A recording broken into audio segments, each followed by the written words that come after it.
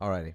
So, guys, since Saro is currently enjoying Midsummer, which is like the middle of summer festival in Finland, I think that's the day where the sun is up the longest, and from here on out it gets darker in Finland and, well, obviously in the rest of Scandinavia.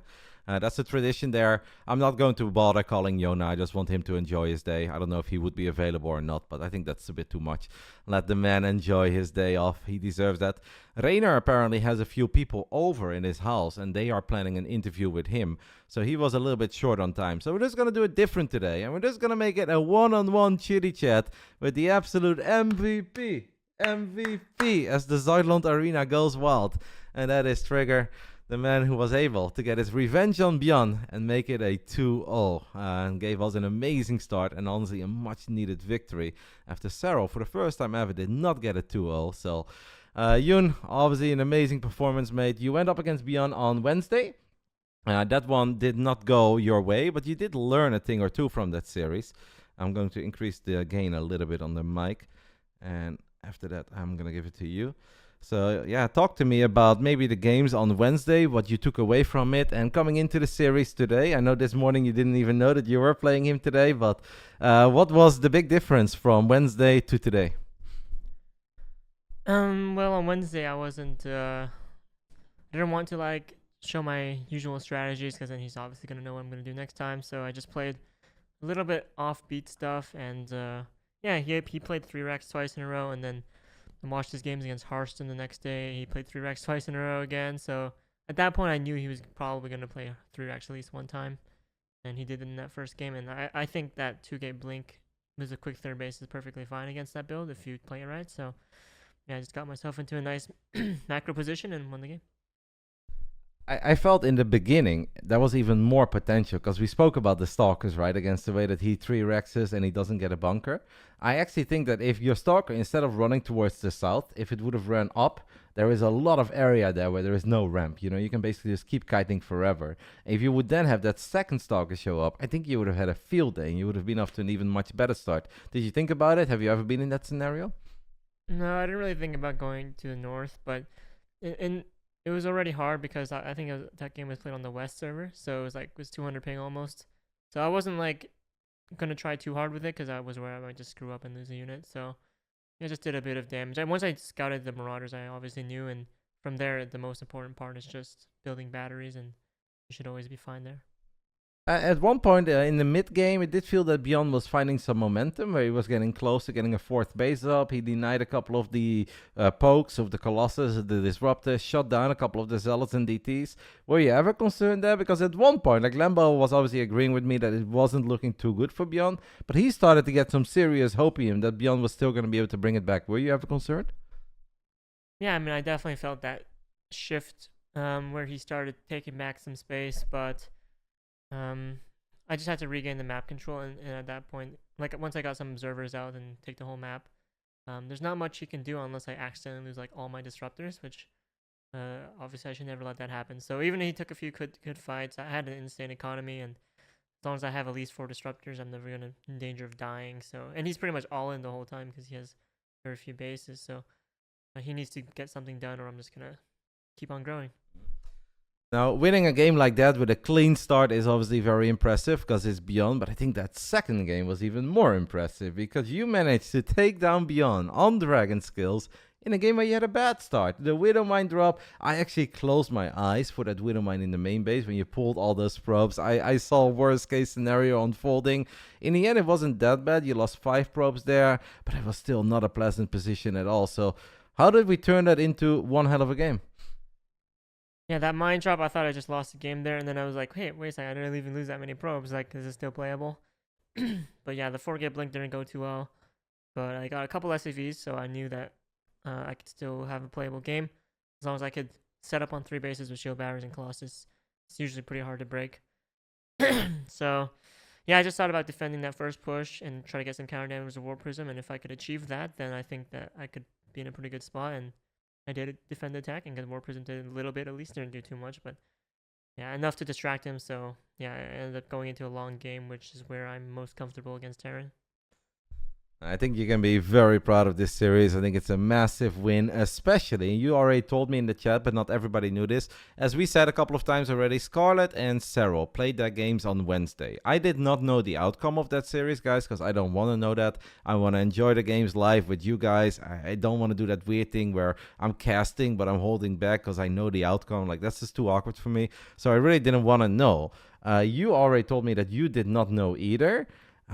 It's gotta feel amazing because often, Cero is often our big man. He's done amazing for us in the team league. It's nothing but 2-0s, and often all praise goes to Cero. And then, of course, there's always Rain, who is such a monstrous name in the scene as well. But today, you really were the star, mate. So how does that feel? Yeah, so after I won the first game against Bjorn, I thought I did my job. I was like, I can just relax now. But then I was kind of like, what if Cero lost? What could go wrong? So I just I tried my best to focus back up in the second game, and I won, and turns out that was actually really important. So, yeah, that feels amazing. Would you say that this is the best feeling you've had so far representing Basilisk in the team leagues? In the team leagues, yeah. I mean, I haven't had that much success in the team leagues yet. But yeah, I mean, this is my best result yet. So. All right, mate. Well, I'm very happy for you. I see how much hard work you're putting in. I know you've done some great things so far on the European ladder, but that's obviously just ladder. You want to show that you can do it when it matters the most as well. And taking out a man like Beyond 2-0 in a clan war like this is honestly impressive. You really are the MVP today. What did you think anything about the other games that we saw? We obviously saw the several games. I know you're always watching. You saw Rainer play as well against RotterdaM. Lambo and I were pretty concerned for Rainer, at least, and I'm sure he was happy for RotterdaM, about the position that Rainer was in on the first game on Neo Humanity. And since you're a world-class product yourself, how did you see that first game between RotterdaM and Rainer? Yeah, I think Rainer was pretty far behind. He definitely overreacted a bit to the Blink Stalker, what he thought was an all-in. I mean, it kind of was. Yeah, I don't hate what he went for, but Rainer had to get like a surround on the Stalkers to make all those Zerglings worth it, which unfortunately never happened. So yeah, it was not a good spot, and he went into like this weird roach tunneling claws build, and it looks like RotterdaM had a read on it, but somehow it still didn't work. So yeah, unfortunate for RotterdaM. I think if he was just splitting his army a little bit cleaner there, he would have won. Unfortunate for RotterdaM, but very fortunate for us today. That means, guys, that we can now slowly but steady get ready for our second to last match in the regular season of the WTL Code S. And I don't know all the history of WTL. I don't know all the numbers because I didn't cover this tournament in the past. But something in the UFC that often gets hyped up if there's two fighters that have been undefeated for a while or undefeated forever, and you've got these big win streaks clashing. I don't know if it has ever happened before in the WTL where two teams are clashing, where Basilisk has now won 9 series in a row in the WTL Code S, and Team Liquid, they are 8-1 in the regular season, but they started off 0-1. So it's an 8 series win streak for Team Liquid against the 9 series win streak of Basilisk. That's obviously going to be a big one. You excited to take on TL? Yeah, I'm pretty excited. They have Clem, Laser, and one more player. Skillis. Right, Skillis. Yeah, I mean, that's definitely a very tough matchup. I don't want to say anything that might like give them information, but yeah, I have some players that I would want to play there. All right, Trigger says he has a few players that he would like to play. Well, I'm always excited for your games, but especially after today, that big win.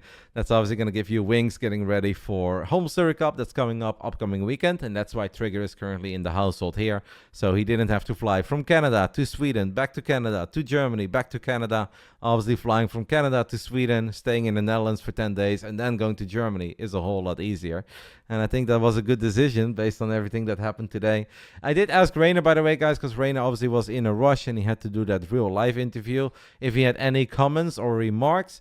Rainer said, "The 50% man strikes again. I hope you guys enjoyed the games and see you on July the 7th for a slaughter versus Team Liquid. Thanks, everyone. That's it, and that's all." So that's what Rainer had to say. And I guess that kind of sums it all up. I'm obviously looking forward to that clash with TL, and it's going to be a big one. And yeah, just very proud of you, mate. That was an awesome win. I don't have much else. Obviously, kudos to Yona for, it's almost like a disappointment if he goes 1-1, but Scarlet is a very good player. So I'm happy to see that it all worked out. Hopefully, Sarah's having a great time at the moment. And yeah, I think that's about it. Unless you have anything else you want to share with all the people that are still listening to us. Not really. Just wanted to shout out BASILISK as always, and they helped me with this entire travel to the Netherlands and to Germany and back to Canada and all that. So huge shout out to them for making this possible. And how's the Netherlands treating you so far, Trigger? Yeah, it's pretty good. The McDonald's is top notch. Padel is a pretty fun sport, and yeah, I really like this place. So. All right, mate. Congrats. Go ahead and relax. I know we have another tournament coming up in 20 minutes, guys. So that's all for WTL. We are done. We are wrapping it up. I am going to stop the recording of that.